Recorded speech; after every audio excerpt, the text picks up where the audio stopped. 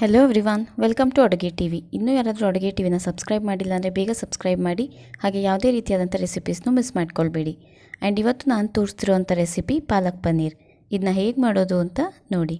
ಮೊದಲು ನಾನು ಪಾಲಕ್ ತೊಗೊಂಡಿದ್ದೀನಿ 2 ಕಪ್ಸ್ ಅಷ್ಟು. ಅದಕ್ಕೆ ಒಂದು ಅರ್ಧದಿಂದ 1 ಕಪ್ಪಷ್ಟು ನೀರು ಹಾಕಿ ಚೆನ್ನಾಗಿ ಬೇಯಿಸ್ಕೊಳ್ಬೇಕು. ನೋಡಿ, ಇದು ಚೆನ್ನಾಗಿ ಬೆಂದಿದೆ. ಆ್ಯಂಡ್ ಇದು ಬೆಂದಾದಮೇಲೆ ಸ್ವಲ್ಪ ತಣ್ಣಗಾಗಕ್ಕೆ ಬಿಡಬೇಕು. ತಣ್ಣಗಾದಮೇಲೆ ನೋಡಿ, ಇವಾಗ ಜಾರ್ಗೆ ಹಾಕ್ಕೊಂಡು ಇದನ್ನ ಪೇಸ್ಟ್ ಮಾಡ್ಕೊಳ್ಬೇಕು. ಆ್ಯಂಡ್ ಅದಾದಮೇಲೆ ಇವಾಗ ಗೋಡಂಬಿ ತೊಗೊಳ್ತಾ ಇದ್ದೀನಿ.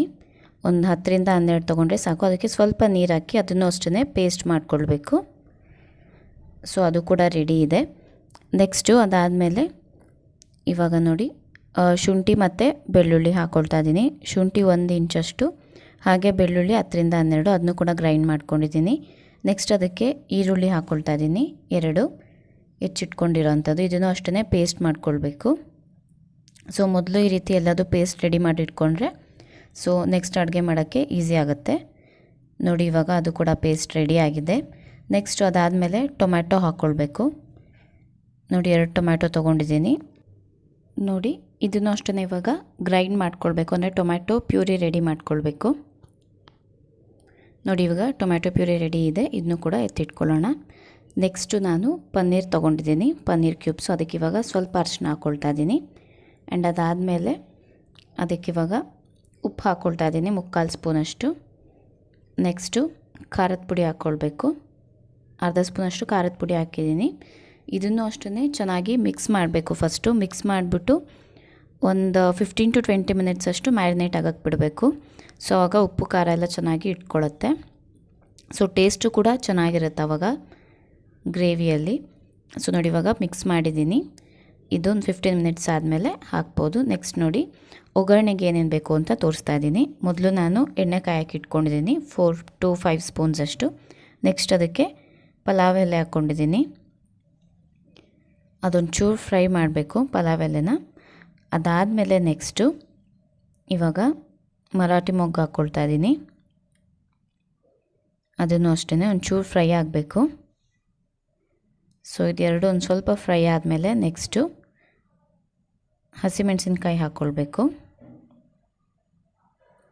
ನೋಡಿ, ಇವಾಗ ಇದು ಫ್ರೈ ಆಗಿದೆ. ಇವಾಗ ಹಸಿಮೆಣಸಿನ್ಕಾಯಿ ಹಾಕ್ಕೊಳ್ತಾ ಇದ್ದೀನಿ. 3 ಹಸಿಮೆಣಸಿನ್ಕಾಯಿ ಹಾಕ್ಕೊಂಡಿದ್ದೀನಿ. ನೀವು ಅಷ್ಟೇ ಖಾರ ನೋಡಿಕೊಂಡು ಹಾಕ್ಕೊಳ್ಳಿ. ಹಸಿಮೆಣಸಿನ್ಕಾಯಿ ಎಲ್ಲ ಫ್ರೈ ಆದಮೇಲೆ ಇವಾಗ ಈರುಳ್ಳಿ ಹಾಕ್ಕೊಳ್ತಾ ಇದ್ದೀನಿ. ಸಣ್ಣದಾಗಿ ಹೆಚ್ಚಿಟ್ಕೊಂಡಿದ್ದೀನಿ 1 ಈರುಳ್ಳಿನ. ಅದನ್ನ ಹಾಕ್ಕೊಂಡು ಫ್ರೈ ಮಾಡಬೇಕು ಫಸ್ಟು. ಸೊ ಇನ್ನೂ ಯಾರಾದರೂ ಅಡುಗೆ ಟಿವಿಗೆ ಸಬ್ಸ್ಕ್ರೈಬ್ ಆಗಿಲ್ಲ ಅಂದರೆ ಬೇಗ ಸಬ್ಸ್ಕ್ರೈಬ್ ಮಾಡಿ. ಈ ರೀತಿ ವೆರೈಟೀಸ್ ತೋರಿಸ್ತಾ ಇರ್ತೀನಿ, ಯಾವುದೂ ಮಿಸ್ ಮಾಡ್ಕೊಬೇಡಿ. ಹಾಗೆ ನೀವು ಕೂಡ ಮನೆಯಲ್ಲಿ ಟ್ರೈ ಮಾಡ್ಬೋದು, ತುಂಬ ಸಿಂಪಲ್ ಆಗಿರುತ್ತೆ. ನೋಡಿ, ನೆಕ್ಸ್ಟು ಅರಿಶಿನ ಪುಡಿ ಹಾಕ್ಕೊಳ್ತಾ ಇದ್ದೀನಿ ಸ್ವಲ್ಪ. ಆ್ಯಂಡ್ ಅರಿಶಿನ ಪುಡಿ ಎಲ್ಲ ಮಿಕ್ಸ್ ಆದಮೇಲೆ ಇವಾಗ ನೆಕ್ಸ್ಟು ರುಬ್ಬಿಟ್ಕೊಂಡಿರೋಂಥ ಪೇಸ್ಟ್ ಹಾಕ್ಕೊಳ್ತಾ ಇದ್ದೀನಿ, ಅಂದರೆ ಈರುಳ್ಳಿ ಪೇಸ್ಟನ್ನ. ಸೊ ಅದನ್ನು ಹಾಕಿ ಚೆನ್ನಾಗಿ ಫ್ರೈ ಮಾಡಬೇಕು. ಅಂದರೆ ಸ್ವಲ್ಪ ಹಸಿ ಹಸಿ ಸ್ಮೆಲ್ ಹೋಗೋವರೆಗೂ ಚೆನ್ನಾಗಿ ಫ್ರೈ ಮಾಡಬೇಕು. ನೋಡಿ, ಇವಾಗ ಅದು ಫ್ರೈ ಆದಮೇಲೆ ನೆಕ್ಸ್ಟು ಟೊಮ್ಯಾಟೊ ಪ್ಯೂರಿ ಹಾಕ್ಕೊಳ್ತಾ ಇದ್ದೀನಿ. ಟೊಮ್ಯಾಟೊ ಪ್ಯೂರಿ ಹಾಕಿದ ಮೇಲೂ ಅಷ್ಟೇ ಮಿಕ್ಸ್ ಮಾಡಿ ಒಂದು ಸ್ವಲ್ಪ ಕುದಿಯೋಕ್ಕೆ ಬಿಡಬೇಕು, ಒಂದು 2 to 3 ಮಿನಿಟ್ಸ್ ಅಷ್ಟು. ನೋಡಿ, ಅದು ಎಲ್ಲ ಮಿಕ್ಸ್ ಆಗಿದೆ. ಅದೊಂದು ಸ್ವಲ್ಪ ಕುದಿಬೇಕು. ನೆಕ್ಸ್ಟ್ ಅದಕ್ಕೆ ಖಾರದ ಪುಡಿ ಹಾಕ್ಕೊಳ್ತಾ ಇದ್ದೀನಿ 1 ಸ್ಪೂನಷ್ಟು.